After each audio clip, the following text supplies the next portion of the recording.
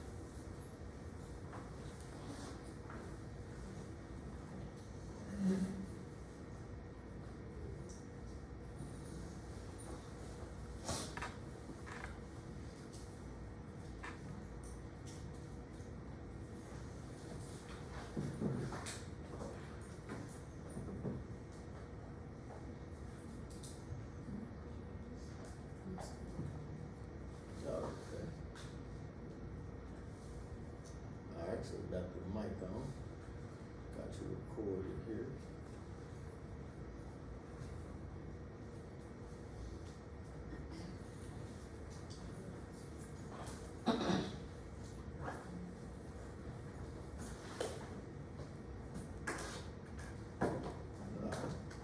Okay, so now we're recording where we need to be.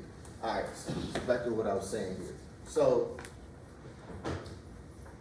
to go down, we'll talk about a host of different things. I think some very, very important comprehension-wise things that I want you guys to understand is like, what do you do with some of the lab values? Do you have to memorize the lab values? No, I won't require you to memorize the lab values on this time. I think this is a POTA class and not necessarily a PT class. So I'm not expecting you to memorize the lab values when you throw a patient in your face and you'll be able to tell me exactly what to do with them. But I do want you to be able to react to the lab values if I give you the lab values with the ranges to understand what type of anemia we're dealing with, and then what are some appropriate treatments that you would expect to use with patients who have anemia. So there's actually different parameters for patients depending on how old they are when you're referencing the hemoglobin, the hematocrit, the RBC count, as well as the MCV and MCHC. These are very, very important lab values for us to assess like what type of anemia we have. Of course, when you're talking about the hemoglobin, you'll notice that men's hemoglobin on average is actually higher than women. So you don't want to be too reactive when you see a patient's hemoglobin and you're like, oh, okay, they have hemoglobin of 12. Well, you know, if you're talking about a woman, hemoglobin of 12 might be okay, although with a man it's considered to be anemic. So you need to know like the sex of the patient before you completely assume that they have anemia. The hematocrit percentage, always something that you'll look at in addition to the hemoglobin, but it also kind of flows right with the hemoglobin. So usually if one is low, the other is low. On all of the anemias that we'll talk about today, the hemoglobin and hematocrit are always low. So it doesn't matter what type of anemia we're talking about, those two lab values are always going to be low. When we get into the iron stores and the iron studies, you'll see that that's only specific to certain anemias where you see the iron affected. Now, probably one of the very, very important things is the microcytic versus normocytic versus macrocytic. So this is really just the size of the RBC. This is important because the bigger they are, sometimes even though they're bigger, that means they're carrying more oxygen and they're more efficient at carrying the oxygen. It means there could be an actual mechanistic overflow of cells or tissue that's inside the cell. So it's not good to have cells that are too big, and it's not good for them to be too small. So it's not the assumption that if somebody has a macrocytic MCV score that their RBCs are carrying blood more efficiently throughout the body and oxygenating the area better. It's just that the cell is too large. So being too large is actually bad, and being too small is bad. It doesn't matter the size. Also, the color is important, and we'll talk about the chromic color. So you have a patient that might have a normal chromic anemia, a hypochromic anemia, or a hyperchromic anemia. And all that means is that there's too much of the heme in there, or there's too little. That's also important because that directly is related to how well they're carrying the oxygen around the body. So we'll talk more about that. The iron studies, also very important as far as you're talking about your serum iron, your serum ferritin.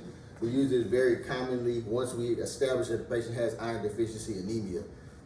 We'll talk about the oral formulations of drugs as well as the IV formulations of iron, because there's two different types. The reason why we would use oral versus, we want to start out with oral for sure. We want to start out with oral for sure if we can. It does come with its own list of side effects, but it's the most easiest to administer. When we talk about IV iron, and we will talk, those will definitely be some drugs that you're going to add to your wheelhouse today. You always want to be mindful of the fact that you can get infusion reactions with IV iron. So either with iron dextran, which is one of the older, more established IV irons that you can use, you actually have to give a test dose of that iron dextran before you give it.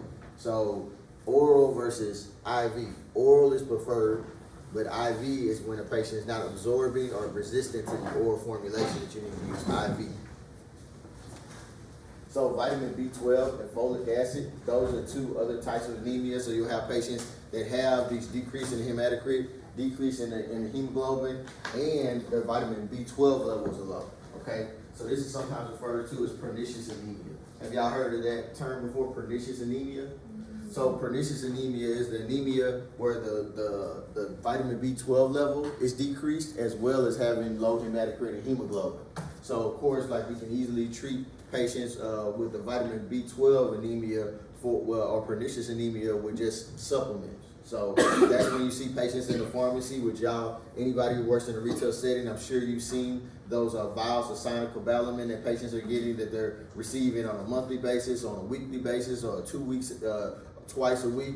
They have vitamin B12 anemia. Okay, so that's what's happening, is they have this deficiency in their vitamin B12, and subsequently there's a possibility that they're also having decreased hemoglobin and decreased hematocrit secondary to that vitamin B12 being decreased. The intrinsic factors is talking about the pathological mechanism of why patients get pernicious anemia. Lack of that intrinsic factor is what's going to cause that. Now, one thing about the vitamin B12, you also have vitamin B9. So vitamin B9 is also folic acid. So you can have patients that have decreases in vitamin B12 and folic acid, and they have low hematocrit and low hemoglobin, and they have that type of anemia. Then you also have patients that have an anemia where they have low hemoglobin, low hematocrit, and just folic acid that's low. So you could possibly treat them, and you could just give them folic acid, and that can help actually to correct the anemia. Yes, ma'am. Sure. Okay. Okay. So you mean like don't give you as much information so fast? Yeah. Okay. Okay. All right. So.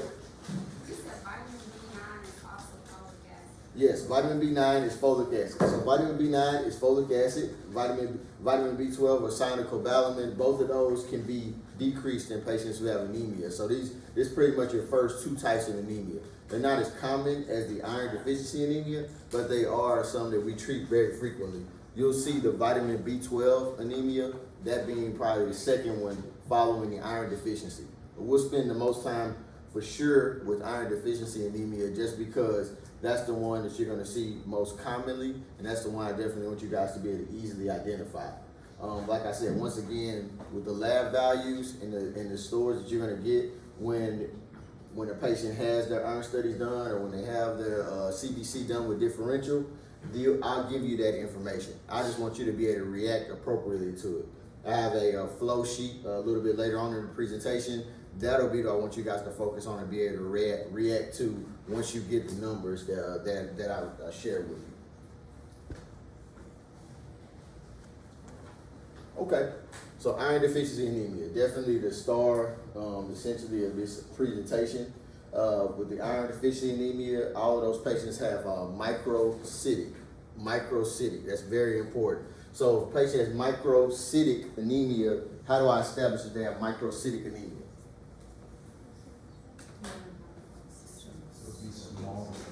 The cells are small. The cells are small. How do I establish that those cells are small?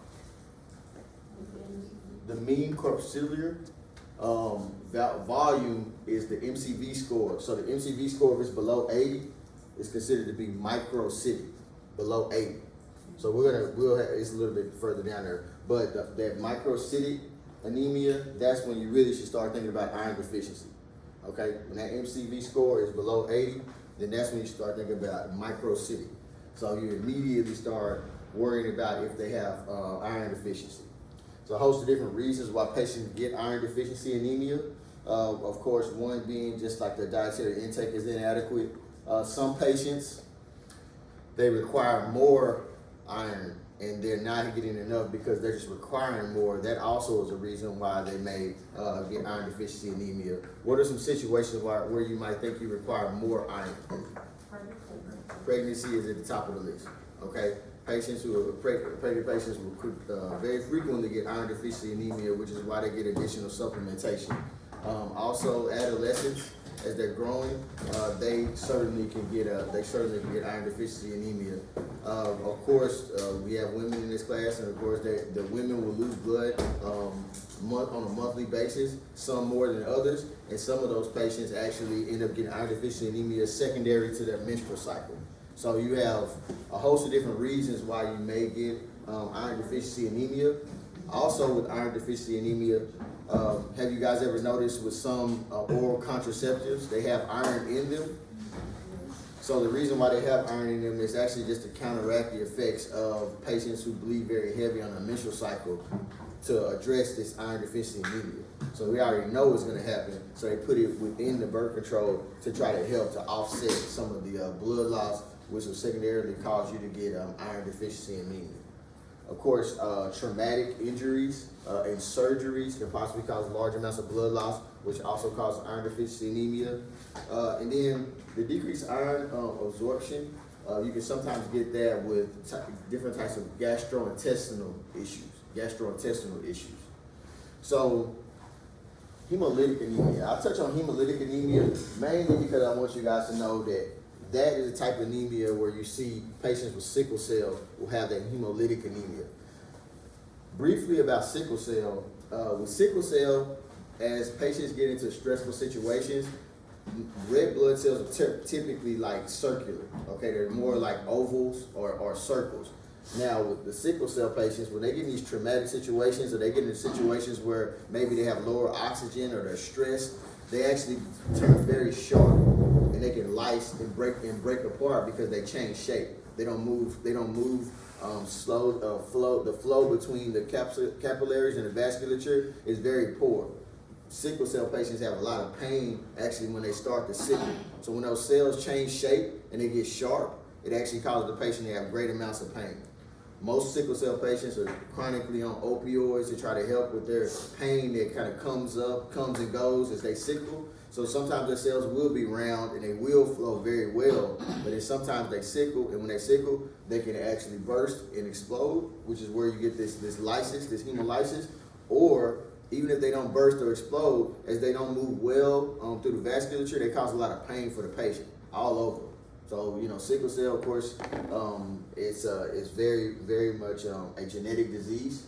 African Americans are most commonly affected by it. But yeah, when you think hemolytic anemia, the sickle cell anemia should be the top one on your list of things you think about. You also have a genetic abnormality with the G6PD deficiency. It's just something that's associated with hemolytic anemia. These drugs are some important ones to note because they actually cause hemolytic anemia. They have what we call like black box warnings for hemolytic anemia. These drugs like dapsone, respiricase, and valproic acid, probably the one y'all would see by far the most commonly is the valproic acid. All the other agents are actually used either in infectious diseases or oncology. But the valproic acid, you can see valproic acid in the community.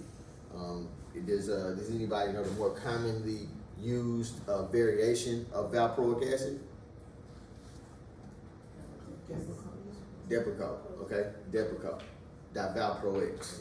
So divalproex is the more commonly used extended release formulation of valproic acid. But Depakote is essentially, its origin is valproic acid. So hemolytic anemia, valproic acid, dapsone, methylene blue, You have, like I say, there's a lot of infectious disease components. Respiricase, which you guys probably have never heard of before, is a drug that's used in oncology to help with tumor lysis syndrome. So before we leave, the kind of types of anemia that we're going to discuss today. Does anybody have any questions? Depakote has a black box on it as well. Well, no. So the Depakote, that's one thing that they kind of it helped when Depakote was created. They were able to decrease the incidence of the hemolytic anemia. So still is a possibility, but it doesn't carry the same black box warning that you see with valproic acid. Okay. Okay. All right. So definitely put an asterisk by this. Put an asterisk by this. I'm gonna spend some time on here just so this is pretty much the meat and potatoes of what I definitely want you to be able to understand. You don't have to know the lab values, but you don't have to know what's abnormal, what's not abnormal, but you do need to know the difference between the MCV being 80 versus being 80 to 100 versus being above 100. And of course, this is all related to, what is the MCV related to? The size of the RBC, okay? The size of the red blood cells, small, normal, large, okay? So, when you're talking about the hemoglobin concentration in the red blood cell, the MCHC, that's actually where you're talking about that hypochromic, normochromic, and hyperchromic that I was speaking of earlier.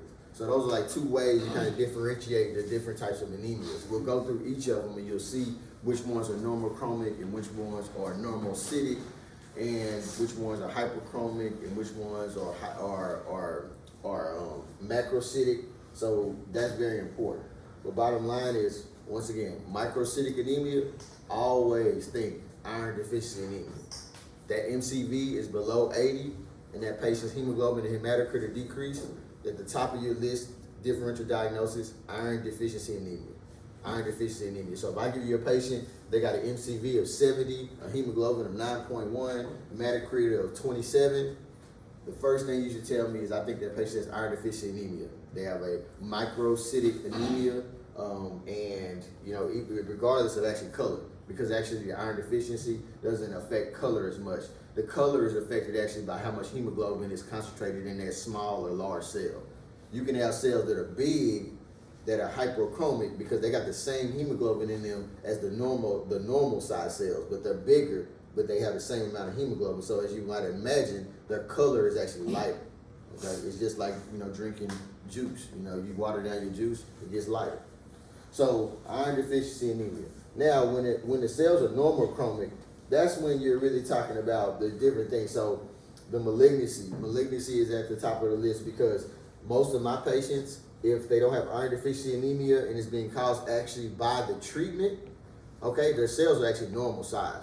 So you look at the MCV is between 80 and 100 on a lot of patients that I have that are anemic because they're anemic because of the chemotherapy destroying their red blood cells. They're not anemic because they don't have enough iron stores. They're anemic because the chemotherapy is coming through, is destroying their red blood cells, their white blood cells, and their platelets. So their MCV is actually always normal. Also, very commonly what you'll see, this is an important one, is the CKD. The reason why CKD is important is because when we talk about ESAs at the end of the presentation, then you'll notice that with the ESAs, the patients typically have normocytic red blood cells. It's normocytic. So what's happening with them is that, do y'all know where erythropoietin comes from? Has y'all heard that term before? Yes. Yes. So where does erythropoietin come from? Like where does it originate from? What does it do? So with erythropoietin essentially is a signaling mechanism that originates and is produced from the kidneys. As your kidneys work, if you have poor function in your kidneys produce less erythropoietin. Less erythropoietin secondarily causes you to have anemia because that erythropoietin is needed to affect your bone marrow to transform some of your totipleural cells into red blood cells. So those stem cells, essentially, they come from your bone marrow. They can change into megakaryocytes, like platelets. They can turn into neutrophils. They can turn into basophils. They can turn into RBCs. When that bone marrow is affected by erythropoietin, it actually converts into RBCs. So if your kidneys aren't making enough erythropoietin because they're failing, then you get a decreased amount of hemoglobin. And that's why patients who have CKD, they have chronic anemia, and that's why they need ESAs. The term ESA, that acronym, stands for erythropoietin stimulating agent. Okay, we'll talk about those at the end. That'll be the last, 2 or 3 drugs that we talk about is these ESAs.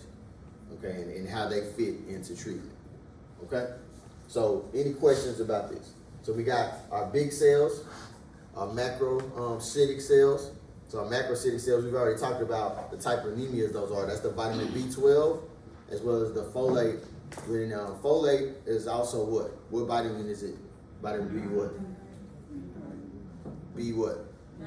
B9. Okay, so we have a B9 deficiency and we have a B12 deficiency. Both of those are macrocytic. We have iron deficiency anemia, which is microcytic. And this checkpoint is the MCV being below 80, meaning it's microcytic. Above 100, meaning it's macrocytic. Above 100, associated with vitamin B12 and vitamin B9, and below 80, associated with iron. Once you can kind of get all of that straight, everything in the middle is those CKD patients, those patients that have cancer, those patients that are receiving chemotherapy, those patients that have had an acute injury and are having a lot of blood loss, and that's why they have anemia and need transfusions. Those are all in the middle. Okay?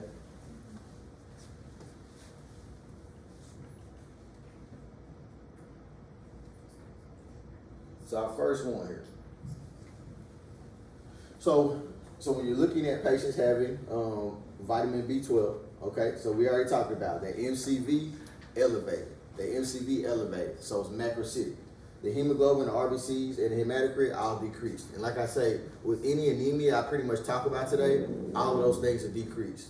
Those are consistent. So you can't tell much about what type of anemia, how you need to treat it, if you're just looking at the RBC, the hemoglobin, and the hematocrit. It's always going to look the same. It's not very useful information. Okay. Now, what will be helpful is like the MCV and the MCHC. Those are very helpful.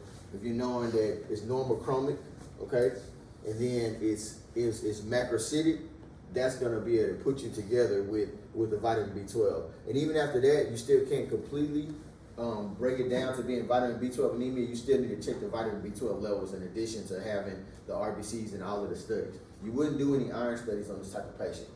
So this patient is not, why wouldn't I do iron studies on this type of patient? Why wouldn't I order iron studies? Exactly, because if I look at the MCV and I see that the patient has macrocytic anemia, I know that iron deficiency anemia is microcytic. So doing iron studies would be a waste of time on this patient. Patients who have iron deficiency anemia, they're going to have microcytic. So their MCV is going to be below 80, not above 80. Or in this situation, this patient would be above 100. All right.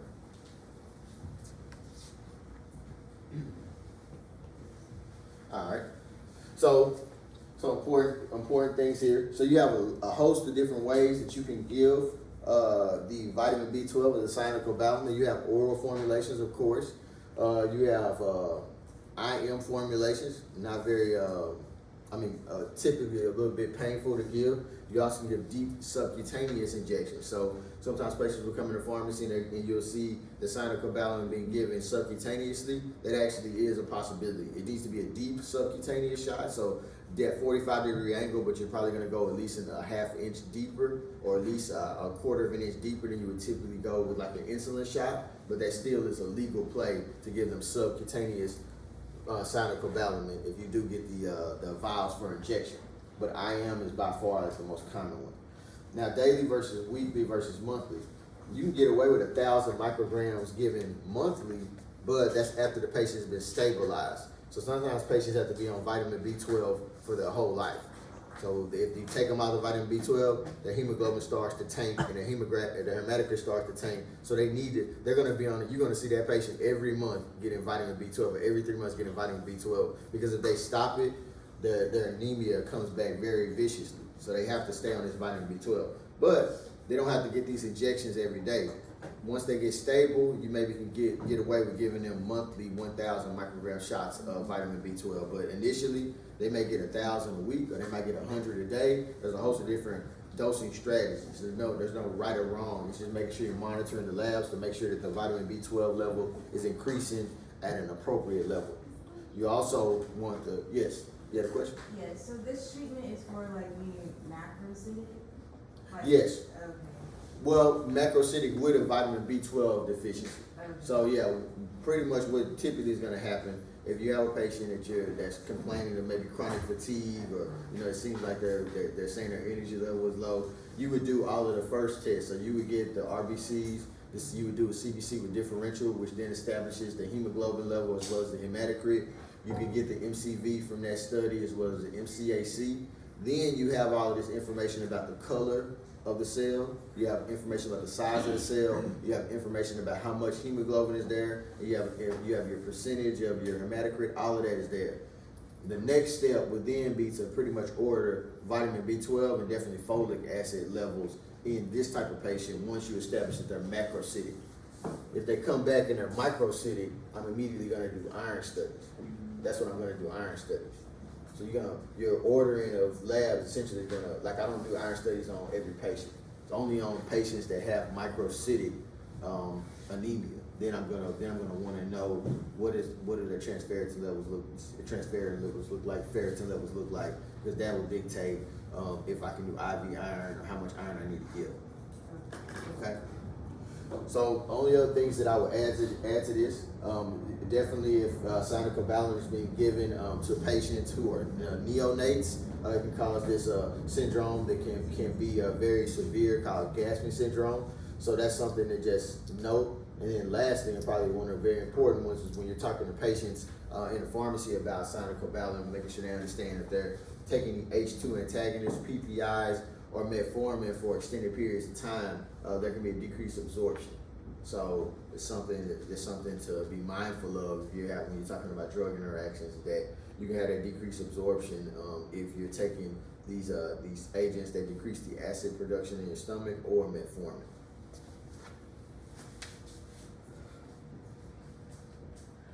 So you notice, you see pretty much the exact same thing with the folic acid deficiency or the vitamin B9 deficiency. Everything is low. RBCs, hemoglobin, hematocrit is still macrocytic. It's still normochromic. The reticulocytes are just immature RBCs. So essentially, when patients have reticulocytes that are positive, you could have a malignant process or something, because you have a lot of immature red blood cells. So that happens in some leukemias that focus on RBCs. But like in this situation, what you're looking at here is just a macrocytic normochromic cell, and you just have decreases in the hemoglobin and hematocrit. So with folic acid, you probably would see, like in the over-the-counter setting, you can go all the way up to 800 micrograms, 0.8 milligrams. So in the over-the-counter setting, you can go all the way up to 0.8 without having a prescription. The prescription folic acid is 1 milligram or 1,000 micrograms. Okay, so that's a direct response to patient having a B9 deficiency and having anemia. You can have patients that have folic acid and vitamin B12 deficiency at the same time, so the anemia looks the same. So you might need to give them folic acid and vitamin B12, or even going a step further and just giving them a vitamin B complex. That has all of the vitamin B's, all of the significant vitamin B supplements in one product.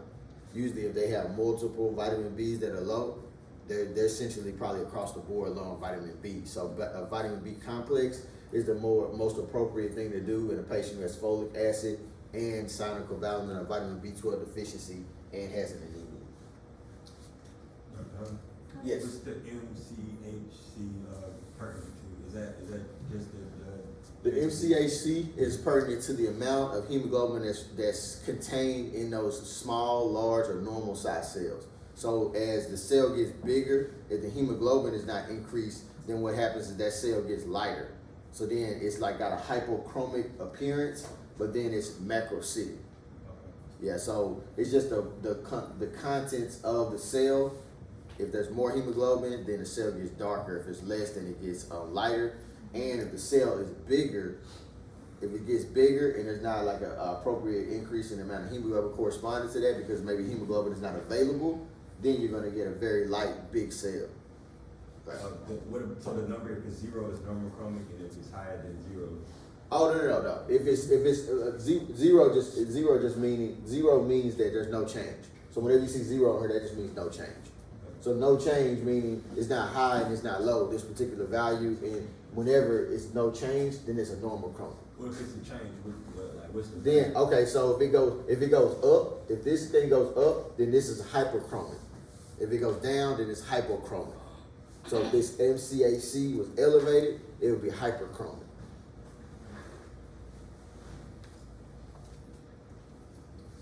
Okay, stop for a second. I've laid some things on you. So how do y'all feel right now? You are fast. You said, what you say, man? And you speak very fast. You said I speak very fast? Mhm. Okay. How do you differentiate between folic acid and vitamin B12? How do- Deficiency, yes. Sure. So no way to differentiate. No way to differentiate. You have to observe the lab values. That's really the only way. The clinical presentation is the same. The CBC is the same. The MCAC is the same. The reticulite presence is the same. Yeah. So only way we can differentiate is to actually get a level of folic acid and get a vitamin B12 level, and that's how we'll know if we need to replace or if we need to get them a complex, because they have both of which that are deficient. Yes? How do you determine if it's hypochromic or normochromic? What is the normal range like to know if we are normochromic? Sure. So when you're looking at normochromic versus hypochromic, and we don't, and like I said, I won't make y'all like really get in the mix with this one. Yeah, but yeah, like, and I mean, honestly, I would never even see this. It is reported on the labs. It is reported on labs. I'm not gonna say it's reported on labs, but you see it's a pretty narrow range to say if it's low or if it's high. But you're looking really at 35 is always the number I'm thinking about. Anything below 35, then I'm thinking that maybe that cell's a little bit lighter. So I'm looking at hypochromic. Above 35, then I'm thinking that that's more like a hyperchromic cell. Yeah, so it's like a narrow range. Really what we focus more on is the actual size of the cell. So the MCV is a more important lab when you're trying to assess initially what you want to do with these patients compared to the color of the cell from the MCAC. Yes, ma'am. Do you usually start with vitamin B12 and go to folic acid? I will. We won't really make a move if we see a patient with this microcytic, with microcytic versus macrocytic. If it's macrocytic, we won't make a move until we get the vitamin B12 and folic acid level. If we see that both of them are low, we just give them vitamin B complex. We don't do the injections unless they only have vitamin B12. And majority of patients honestly end up having both end up being low, so they get the complex more than anything else. Quick question. Yes. It says I'm right, so I'm not mixing questions. B9, at what point do you give B9? And at what point do you give B9 and B12 together? Okay, so we'll, and I don't even think I had the references on the actual. I mean, you wouldn't be responsible for it anyway. I just say that I'd say that the folic acid is decreased. But of course, if the folic acid is decreased, that would be B9. If I'll tell you that the vitamin B12 is also decreased, that the appropriate response to patient having vitamin B12 deficiency anemia would just be to give cyanocobalamin only. You can give both. Like if both are decreased, the appropriate thing to do would be to give vitamin B complex. Okay, because like we don't typically check the other vitamin Bs, but if we see that 2 are decreased, then we assume that actually that they just have in general have a vitamin B deficiency. So we give them a complex that's got like 6 vitamin Bs in it, as opposed to just those 2 that we did the lab value on.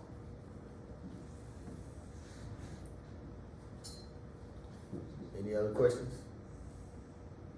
Okay, let's move forward.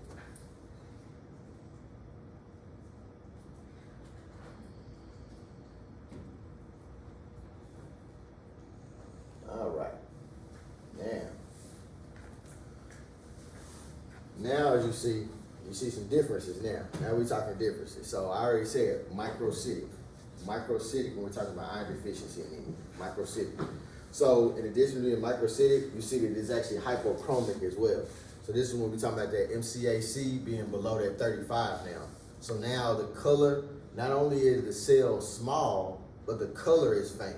So it doesn't have as much hemoglobin in it because you don't have as much iron. The iron sits in the middle of the hemoglobin molecule and stabilizes it. As you get less iron, you have less hemoglobin.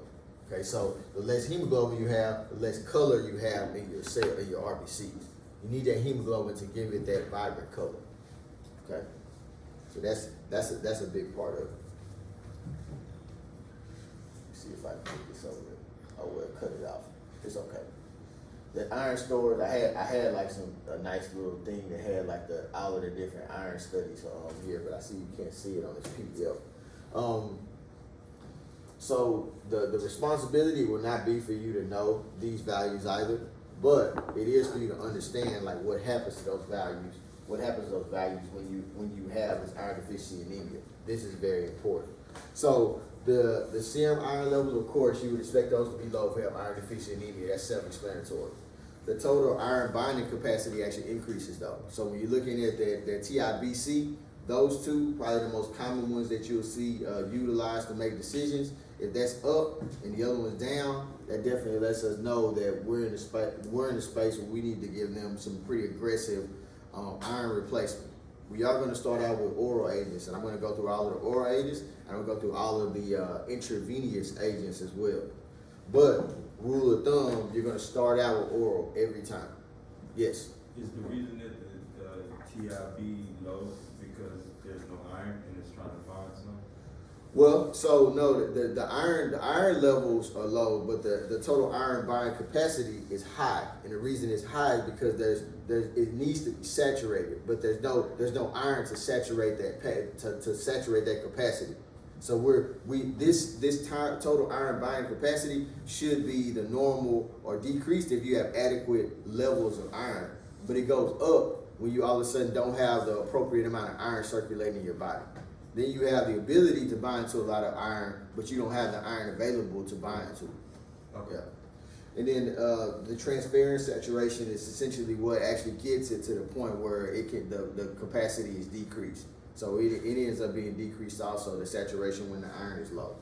So the other thing that you'll see, that RBC distribution with being increased, that is just going on the fact that this iron studies and the reason why iron is very important, it sits in the center of the hemoglobin molecule. As the iron is lower, you get less functional hemoglobin molecules available in the body.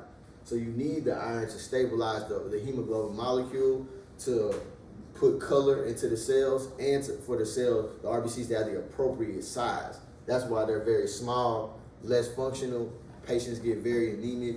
Patients have these cells that don't carry as much oxygen around the body, and of course that lack of oxygen, oxygenating body decreases the energy level and actually can cause other problems for the patient, which could lead to even as severe and as serious as strokes and heart attacks.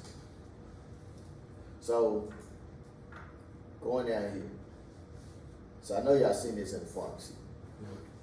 So y'all seen these agents in the pharmacy, correct? The ferrous sulfate, ER, the slow FE, the ferrous fumarate, which probably not as much, but that hemocyte 150 is something you can see in the pharmacy. The ferrous gluconate, probably not as often, but it definitely is there.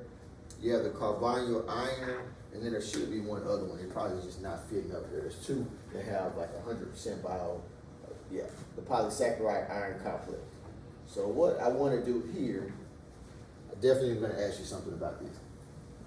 So, if I say that ferrous sulfate, not ferrous sulfate dry, which is the extended release formulation, ferrous sulfate has 20% elemental iron, then how much iron is delivered by one tablet? You might take a swing. It's not a trick question.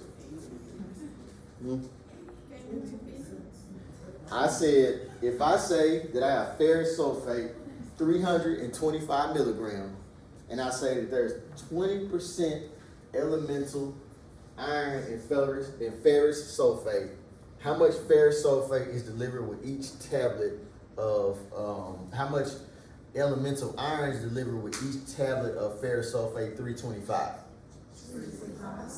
65 milligrams. 65 milligrams. If I say ferrous sulfate ER, which is the ferrous sulfate dry, if I say 160 milligram tablet 3 times a day, the bioavailability, or not the bioavailability, the elemental availability is 30%. Then how much elemental iron is delivered with each dose of this of said ferrous sulfate ER? 48. Okay. So on and so forth. So whenever you see the patient bringing you the prescription and it says 325, but then maybe you see 65, or you see ferrous sulfate 65 milligram, understand that when they say ferrous sulfate 65 milligram, that's an elemental dose of the iron. That's not the actual dose. The actual dose is 325 milligrams of ferrous sulfate. But that 325 milligrams of ferrous sulfate delivers 65 milligrams of elemental iron. Now, the ones that have the better elemental distribution of iron are the carbonyl iron and the polysaccharide iron complex, both of which are prescription. You notice there, 90 milligrams daily, that's 90 milligrams of elemental iron. All of that delivered is elemental iron. All of it. The polysaccharide formulation, iron complex formulation, which is that ferrix 150, 150 milligrams of elemental iron is delivered with that particular formulation. As you can see, the poorest elemental distribution is the ferrous gluconate. That one only getting 12%. Okay. So this becomes also kind of important because there's a lot of GI toxicity associated with oral iron, as well as constipation. The level of constipation is so severe with these oral supplements that you should preemptively put a patient on DocuSay sodium to help with the constipation that's going to be created. So with any of these patients, you want to recommend DocuSay sodium because of that constipation, and you also want to counsel the patient about having these black terry stools that occur when you're giving them this oral supplements. Because even though they're absorbing a certain amount into the serum and it's going into their bloodstream, they dump some of this iron out. And they dump some of this iron out, and it makes their stool very dark and sometimes black, where it seems like they're bleeding in their intestines. But it's really just the drug being excreted out of the body. Okay? So if I ask y'all about these, if I ask y'all about elemental amounts, if I say I put a patient on 325 milligrams of ferrous sulfate twice a day, and I want to know how much elemental iron they're getting in a 24-hour period, y'all can tell me that, right? Mm-hmm. Okay.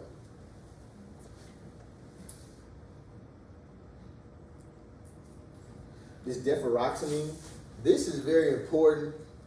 This desferil, this is very important because pediatric patients iron overdose is one of the main reasons why pediatric patients end up in the hospital because they've overdosed on iron. They've gotten a hold of some tablets, or they've gotten a hold of something, they've taken absorbent amounts of iron, and it needs to be reversed. So the deferoxamine is a iron reversal agent. So if somebody has an overdose of iron, whether they're pediatric or they're adult, it could be fatal if they're young children. But even in adults, this desferil can actually reverse iron toxicity when patients get too much iron. Okay. I have a question. Sure. When you do ask the question, does the TID matter? The TIBC? No, TID, like 3 times a day. Oh yeah, that matters. Yeah, cause then I'm doing 130. If I'm doing it, So that matter. The dosing frequency. These doses that I'm giving you are like the standard doses. Pretty much like as high as you can go. You don't always have to have TID dosing. You could just give it daily. You could give it twice a day. But the only ones that you give daily are the carbonyl iron and the polysaccharide iron complex. Those should only be dosed daily. Daily is the maximum dose of those. You don't give those twice a day. As you can see, that would be giving somebody, let's say you gave the ferrix 150 twice a day. That's 300 milligrams of elemental iron in one day. Okay. Yes, ma'am. And do we have to know the percentages of each elemental? Yes, yeah. That'd be the crux of the question. Okay. All right. Question? No. Okay. All right. Let's get to this IV. So very important with the IV irons. I use these very, very frequently in clinical practice. So there's a lot of different things with them. I don't think you have to know like which one is dosed twice a week, which one is dosed monthly, or which one is dosed weekly. That's not as important. The main thing I want you guys to know, brand is generic, and then just these little tidbits of information. I put anaphylactic reactions on 2 of them because they have they carry a warning on their labeling for anaphylactic reactions. However, and this is the iron dextran and the ferriheme. The ferriheme and the iron dextran complex, they carry a warning about the anaphylactic reactions that patients could possibly have. Iron dextran at the top of the list, you have to do a test dose before you even give that drug to make sure the patient doesn't have any anaphylactic reactions to the drug, because they've had that many in the past that have possibly been deadly or been very detrimental to the patient's health. Furthermore, all of these agents have the ability to cause a hypersensitivity reaction. So all of them have at some point caused some type of hypersensitivity reaction to patients. So that's something to be mindful of, just because from a monitoring perspective. We have drugs that can cause hypersensitivity reactions. If they're being given intravenously, nursing should be monitoring this patient closely while they're giving the infusion, especially when they get their first and second doses. Because if they have that reaction, then you need to respond in kind, and that would be like with oxygen, possibly high dose steroids, antihistamines.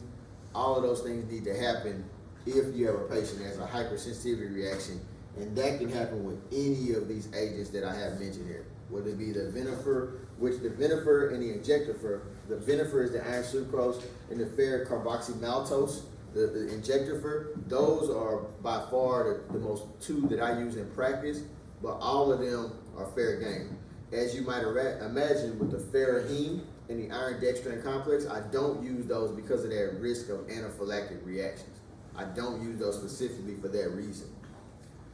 When you're looking at as you go further, you look at iron sucrose versus the carboxymaltose. The injector has a longer half-life compared to the iron sucrose. So the iron sucrose, I have to dose my patients more frequently to get the same result as I would get from the ferric carboxymaltose. So it's pharmacokinetic changes that you're really looking at when you're trying to see which one you would choose. But the ferric carboxymaltose has a longer half-life, so you can dose it less frequently compared to the iron sucrose, which sometimes I have to dose that one multiple times a week to get the activity I'm looking for. I will only use these if I put the patient on one of the oral agents and still not receiving the appropriate response to their serum ferritin levels.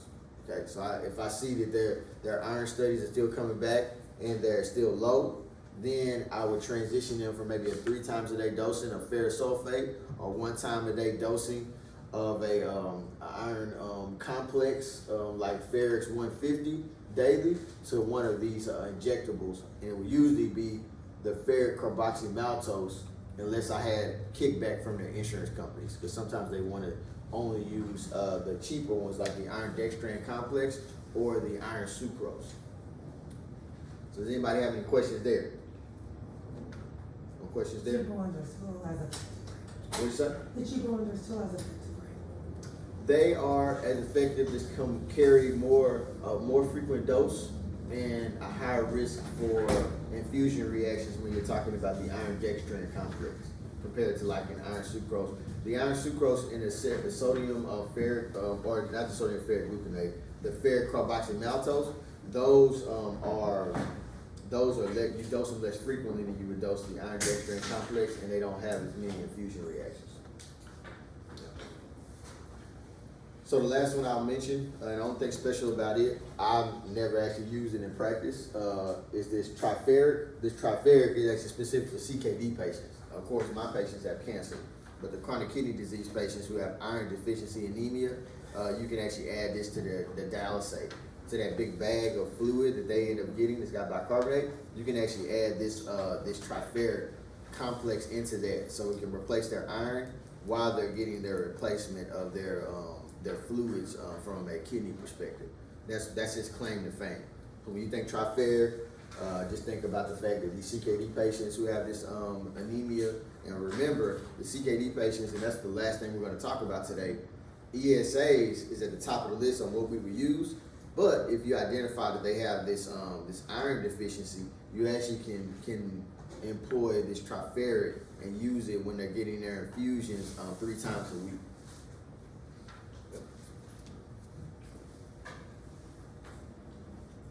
So nothing pretty much with blood loss other than fresh. Yes, sir. And you talked about this brand generic. What were you saying about this brand generic? Oh, just knowing, like, so for instance, if I say like ferric carboxymaltose, that's injectable. So I might call it injectable, or I might call it ferric carboxymaltose. That's it. Nothing else. Not on the exam, right? Yeah. No dosage, just brand and generic. Brand and generic and why you're using. So no Okay. No dosages on IV iron. Yeah, the only place that I care about doses is on the oral iron and the ESAs. Yeah. And the reason I want you to know doses on the oral iron is because of those elemental perspectives as far as like how much it delivers. Would you want us to know the percentage of the elementals as well? Right. That's pretty much that's why. So I want you to know that yes. So the 325, but really it's really about the percentage, the 20%. Yeah. So I'm gonna tell you the patient is on. I'm gonna tell you the patient is on ferrous gluconate, 324 milligrams twice a day. And I'm gonna want you to tell me. I want you to know what the percentage is and know that that patient is not getting very much elemental iron, and tell me how much elemental iron they're getting if they're only getting 12%. Okay. Oh, do you want us to know the time? Like one of them is like TID. You want us to know that too? No. Okay. Yeah. That's just like, I was just giving you that so you know those are the maximum doses. I'm gonna give you the patient's dose, and I want you to be able to tell me from an elemental perspective how much iron is being delivered. So you have to calculate that. Okay. So once again, this is how somebody looks if they have blood loss. So this is like gunshot wound, a knife stab. So RBCs are low, hemoglobin is low. The hematocrit actually cannot be changed in these situations, so they might just have low hemoglobin. Their MCV is normal sitting, okay? Their MCHC, their cells are also normal chromic. So the cells look regular, they're regular size. All that's happened is that they have increase in reticulocytes and they have decrease in RBCs and hemoglobin.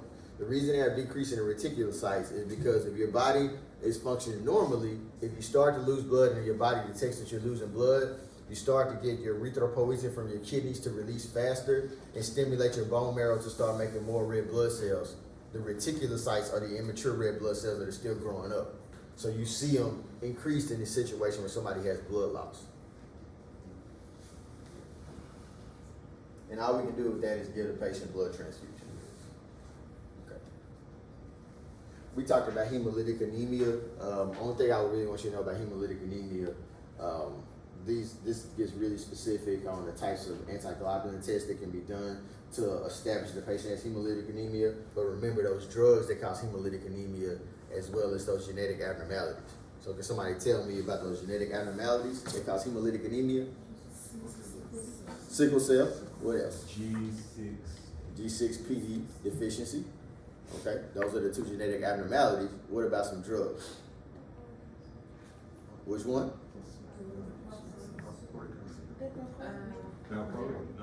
Valproic acid. Yes, we had a conversation. Valproic acid, Dapsone. Okay. Respiracase. Primaquine, which is used for malaria. Okay.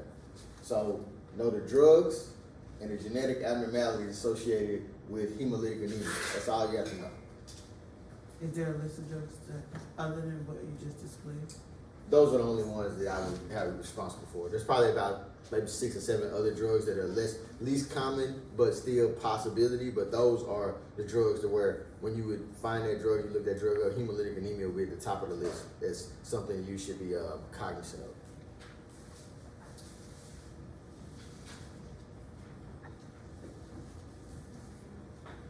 Okay. So anemia of chronic disease, there are some other types of immunologic disorders that patients are they chronically have anemia just secondary to that. You see with most of those situations, like those patients usually have normal cells for the most part. Sometimes they're hypochromic and sometimes they're microcytic, but they typically, all you really need to do if they have a chronic disease, check the iron stores also. A lot of times the iron studies are off with these patients. But this is the type of patient where if they were normal cytic and had a chronic disease, you can still possibly benefit from knowing like how the iron studies look. And in this type of patient, you would address them very similar to the way you just address the patient with iron deficiency anemia by responding with PO iron or IV iron if they're not responding to PO iron. Okay, so we're gonna go to our last little area of information. Y'all have any other questions before we leave that? Yes. So what were the drugs that caused hemolytic anemia again? So Dapsone, I mean I have it listed up there, but it's Dapsone. Okay, is the top of the list. Valproic acid is there. Respiricase is there. There's the Primaquine. Yeah, I have it listed earlier in the presentation. Okay, thank Yeah, you. Dapsone, Primaquine. You have your valproic acid. Probably I would underline valproic acid. You have a malaria drug there. You have Respiricase, which is used to break up uric acid crystals in patients who have tumor lysis syndrome. So, okay. So nothing about these before we go to the ESAs, our last part of the presentation. No questions? Okay.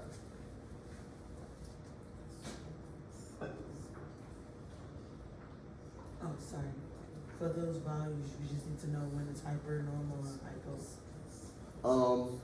Now the only values you guys are responsible for knowing is the MCV.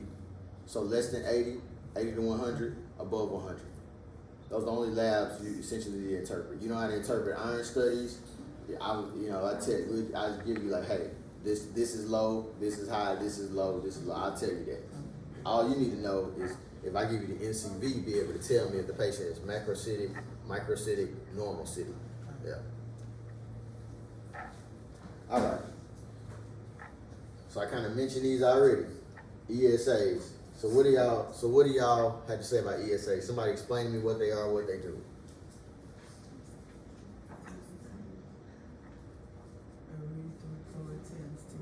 Erythropoietin stimulating agents. Okay. What else? It says something about. How do the kidneys affect the situation? The kidneys release the erythropoietin. So the erythropoietin, that particular chemical is excreted endogenously by the kidneys. Yes. So your kidneys don't function well. You're not getting the adequate stores and amounts of erythropoietin. Mm-hmm. That's important because if you don't get the erythropoietin, what happens to your bone marrow? It's gonna fragile, shall we say. It's going to make less of that particular lineage of cells. Because like essentially what happens in your bone marrow is you have all these cells that are undifferentiated and they're waiting to get stimulation to convert into very useful cells in our body. One of the chemicals that will stimulate the bone marrow to make a certain cell is erythropoietin. When it stimulates the bone marrow, you're going to get a reticulocyte, which is eventually going to turn into an RBC.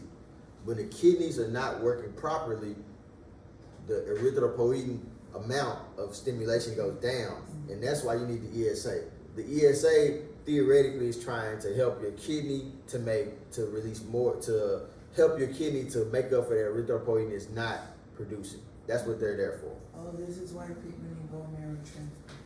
Yes, they would need bone marrow. They could possibly need a bone marrow transplant in a situation where, let's say their kidneys are fine, but if a patient has erythropoietin present and the bone marrow is not differentiating and making the appropriate amounts of RBCs and it's not because of the kidneys, that patient would pretty much gonna die if they don't get a bone marrow transplant. Because that means that the bone marrow is either too weak or too fragile or not functional, and that means they're not gonna have any red blood cells. You're not gonna live very long without red blood cells. So that's why it becomes immediate situation where you either need a bone marrow transplant or you're gonna be getting support, getting very frequent blood transfusions. We don't really talk about that type of cancer, but there's cancer where they chronically get blood transfusions because their bone marrow is not making enough red blood cells.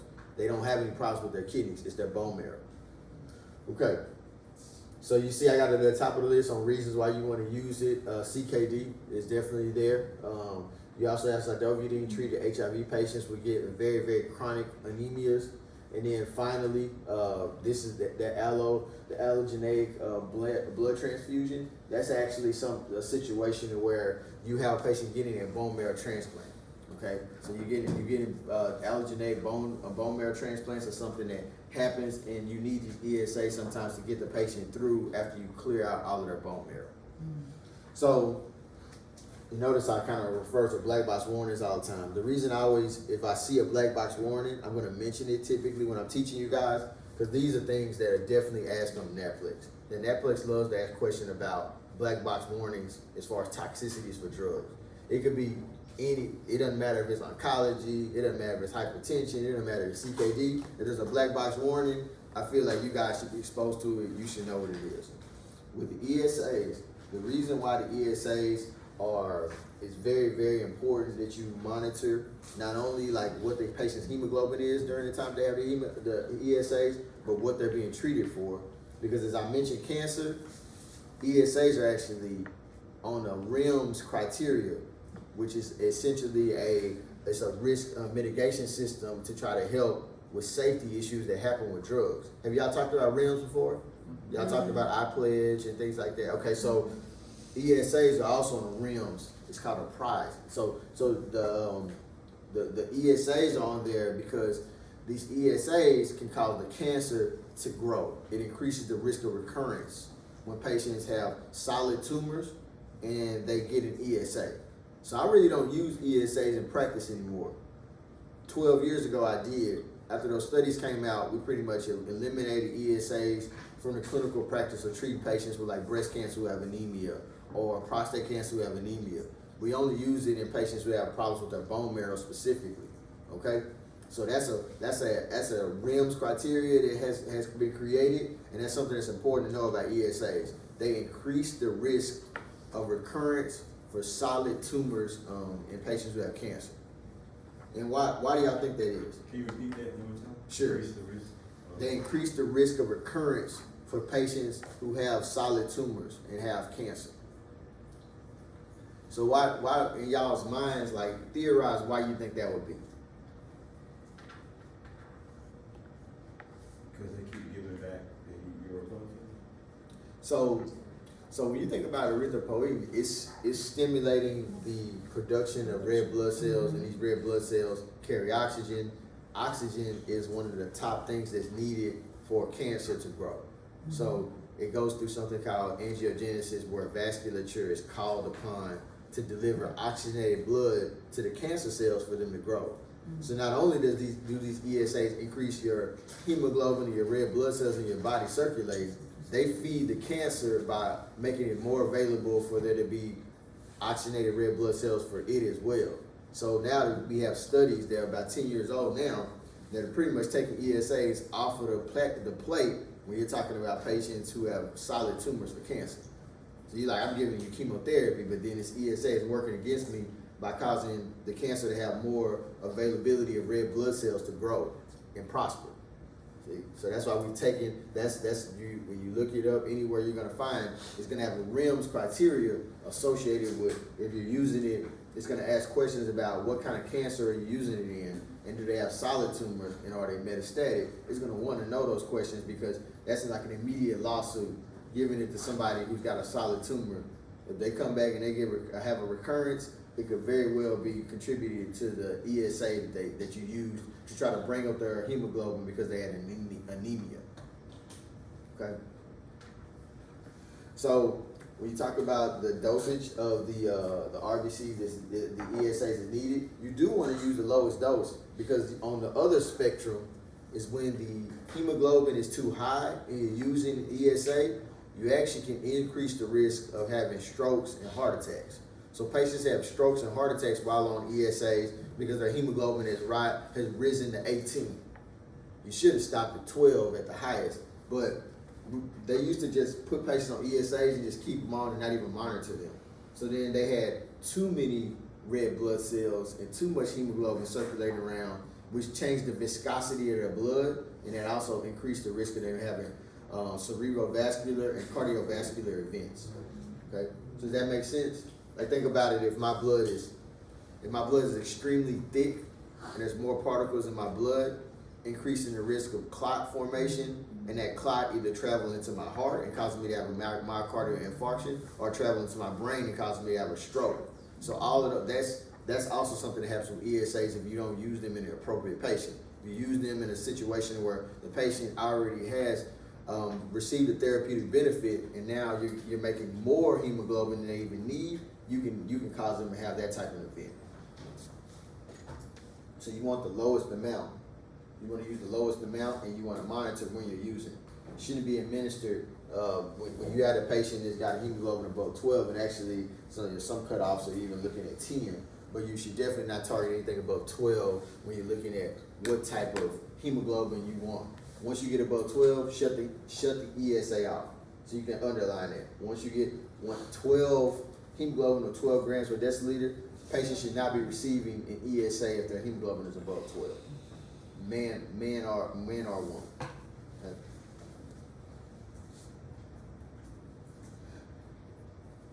So a host of different things. I will say you could definitely put the asterisk by this, asterisk by these two. I've driven a point home, but just want you guys to understand. We have strokes, okay? We have myocardial infarcts, pulmonary embolisms, and DVTs. All excessive clot formation secondary to when patients are on ESAs. So much so that there's recommendations to give a patient aspirin or give them some type of antithrombotic if they're chronically getting the ESAs, and that's mainly because of that viscosity and the change in the amount of particles that are in that blood. Dr. Hunter, I'm kind of confused at the first sentence when you said something about tumor progression. I thought we don't use it with individuals with tumors. No, okay, so with this statement, at one point, and this will be listed, at one point in head and neck tumors who had radiation, you could use, we used to use it across the board.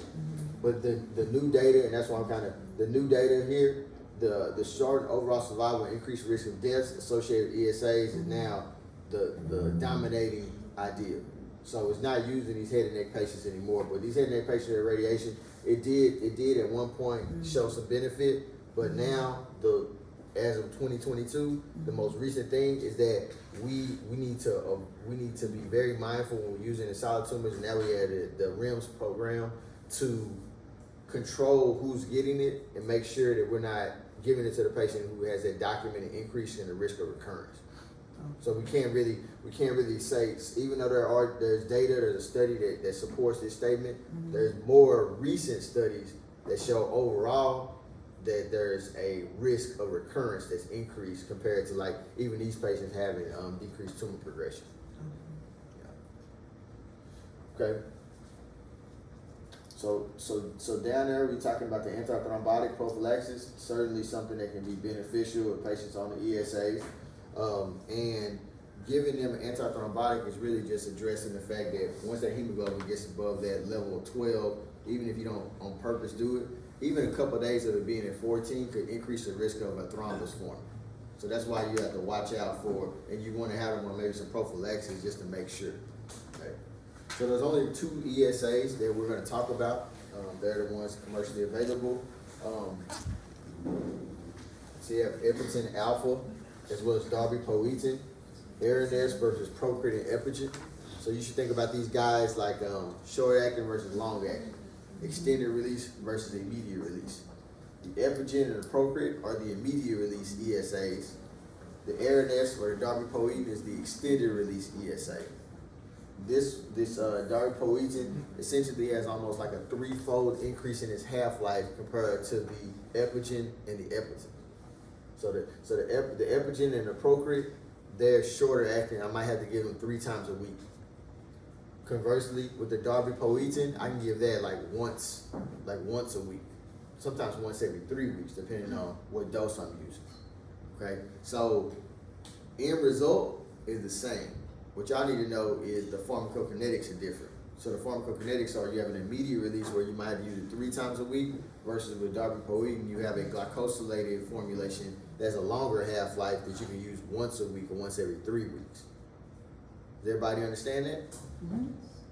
So chemically, main difference, you notice you still had the 65 amino acid protein.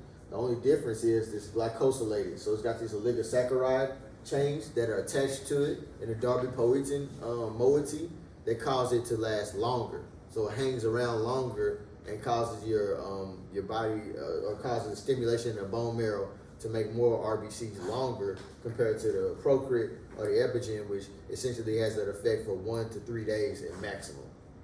And then you essentially end up having to give maybe another dose. Okay. Procrit, epigen, Aranesp. Okay. Epigen alpha and darbepoetin. Darbepoetin is a glycosylated formulation of the epigen alpha. So those oligosaccharides are just glucose chains that are attached, okay, to the epigen or the epigen alpha moiety that cause it to have a longer half-life. So you're not looking at increased activity per se, you're looking at increased duration in activity when you're comparing these two. Another important thing is that the epigen alpha is dosed in units.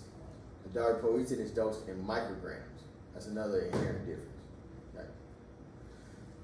You see that the FDA approval is a little bit different. You have a broader perspective, a broader range of FDA approval for the patients who are going to be on the procrit or the epigen versus the darbepoetin, which has a longer one.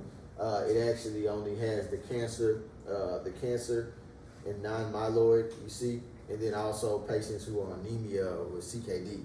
So obviously that first FDA approval has been disbanded or is not appropriate anymore because of the REMS criteria and that data that's come out about the increased risk of recurrence. So mainly what you're going to see used in is patients who are on dialysis who have CKD. Broad range of things you can use the procrit in the epigen for just because it's older than the darbepoetin.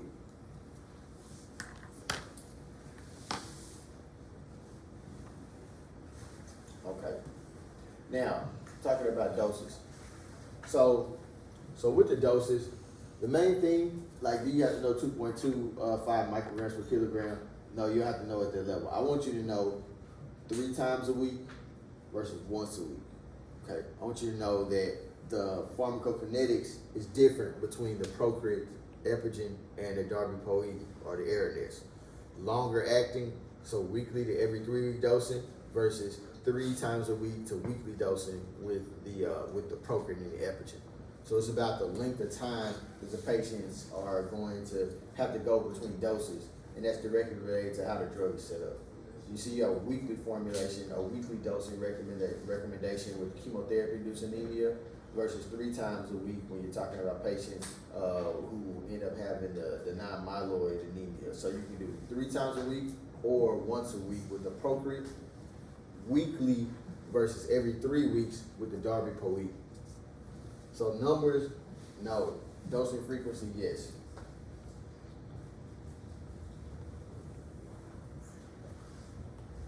You have to worry about pediatrics.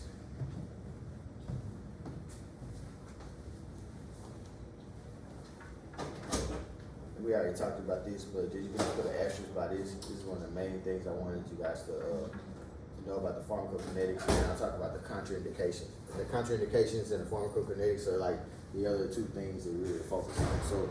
So when I ask you about procrit or epigen, how often would you dose it? 3 times weekly. To what? You can do it once a week also. So you can do procrit or epigen. It's approved to be given 3 times a week or once a week. Now, darbepoetin is approved to be given how often? To 3 times a week. So once a week to once every 3 weeks with darbepoetin. So you can do once a week, or you can do it every 3 weeks. Okay, so you can extend it out all the way to every 3 weeks, only with the darbepoetin though. With the Procrit or the Epigen, you need to at least give it once a week. And you can give it as often as 3 times a week. So you see the half-life, like look at the half-life and look at the T-max. The half-life is 4 to 13 hours with the Procrit or the Epigen alpha. So with the half-life, what have y'all learned about half-lives? What do y'all know about it? How many half-lives need to pass before we feel that we need to redose the patient typically?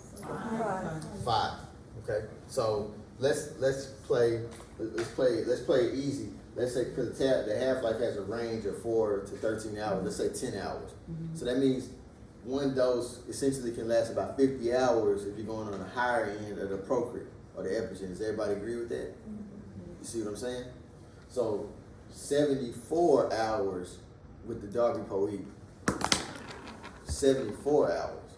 See, so you're looking at, that's why it's very reasonable to do like an every 3 week dosing on this one, or every week dosing. That would be as fast as you can give it again is maybe in a week. But you really can go out even further than that. Okay.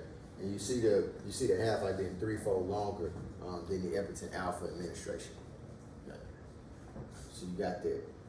Now they do come with their side effects, and we talked about them a bit, but just want to just touch on them one more time as we end today.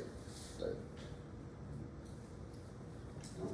So the uncontrolled hypertension is directly related. Once again, you have all of this additional oxygenated hemoglobin circulating in the body, and it always causes, these patients always get an increase in blood pressure.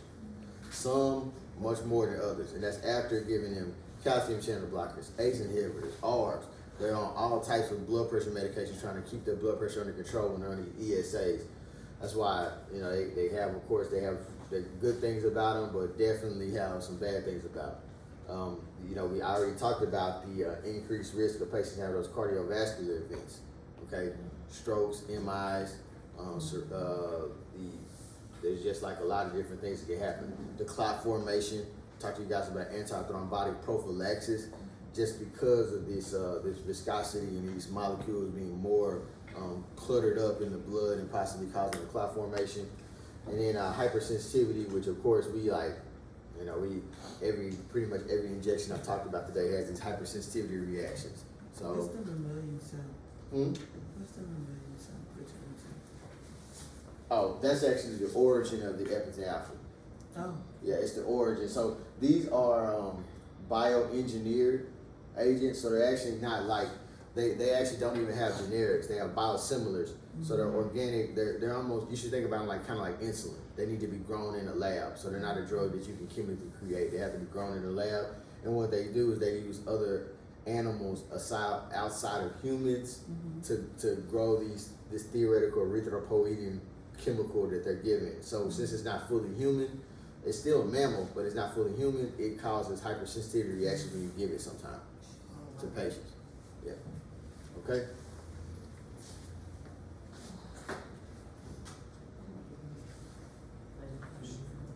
Okay. So I think that we've talked about, we have. So we're in a good place right here. I think we've talked about everything that I wanted to talk about with ESAs. Kind of really drove it home as far as like the things that we would expect. You notice that I have a warning precautions. I have tumor growth on both of them, thromboembolic events on both of them. And we can say that's due to the viscosity of the blood. Which one? The tumor growth or the thromboembolic events? The thrombotic events, the more cells that you have clumped up, you can increase the risk of a clot forming, because you're getting a rapid amount of RBCs that are being put into the blood, which change viscosity and possibly can change clotting factor activity because the blood viscosity is different. And then the tumor growth is because the red blood cell is feeding the tumor, correct? Yes, the red bloods, the tumors go through something called angiogenesis, which is the calling of new vascular closer to them. And if you call the new vascular closer to you as a cancer cell, and the patient has an abundance of hemoglobin, oxygenated blood flowing through, it's going to cause the tumor to grow more efficiently than if the patient had normal amount of hemoglobin or even a decreased amount. So, Do you give the anticoagulant together with the? so the antithrombotic would be like a daily aspirin. Yeah, so it would be given daily. Like you might give that. Let's say you give that ESA 3 times a week, so you get an aspirin 81, maybe 81 and 325 on a daily basis. Yeah, to possibly help. Yeah. Especially on a patient that has other risk factors that would increase their risk of thrombosis. Which cancer comes into that situation. Elevations in cholesterol. Patients who have diabetes, so there's a lot of patients that fall under that umbrella of having an increased risk of a thrombus forming, and then end up having to need ESA treatment. Okay, I'm available for additional questions if you guys have some for me. What do y'all do tomorrow? What do we? Chemistry board. Huh? Chemistry. Also, y'all don't need me tomorrow? Yes. One of those, I thought y'all needed me tomorrow. Huh? I believe in Go ahead. Can you do another dosing equation? I didn't follow. You talking about dosing place for the iron or which one? The iron. Okay. Sure. Okay, so question is about the, let's go back to this iron here. Wait, Dr. Hunter, you're not coming back to review day tomorrow? I mean, I'm coming back to, I guess I'm gonna come back and watch y'all do chemistry. I don't know what it is. No, I thought you were supposed to review, right? I thought it was. Because I think Dr. Sullivan said we seen him last week was the last time we seen him for this series.